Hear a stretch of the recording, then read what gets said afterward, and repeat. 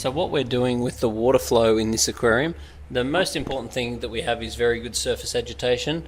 So we've got so we've got good gas exchange because we've got low surface tension. And now the next thing that we've done is gone and angled the pumps in different directions. So one is basically going that way and the other one is going that way. So the next thing we're going to do, so these are AquaL 10,000 circulators. So they're very powerful pumps. They use very little electricity and they move a lot of water, but they're not too harsh because they spread the water quite well. But what we're going to do with this aquarium next is we're going to just get some good old timers.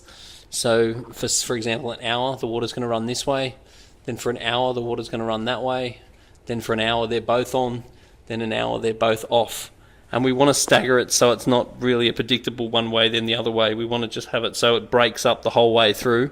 So so the water is going in the different directions, and the water and regularly both the pumps are on, so they've both got an amount of overlap.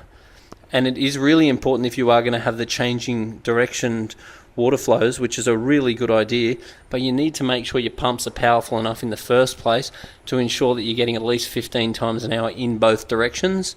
A lot of people will go and put their pumps on timers, but their pumps really aren't powerful enough to actually create much. They really don't have enough power to create the kinetic energy to get the desired result. So the key to changing direction of pumps is, number one, leaving it long enough to create kinetic energy.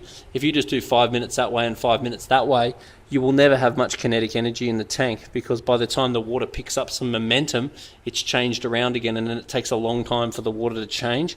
So I'm actually a big fan of making it go that way for a considerable period of time, then making it go the other way for a considerable period of time, then having both on for a period of time, and then having short periods where they're both off. So having enough flow is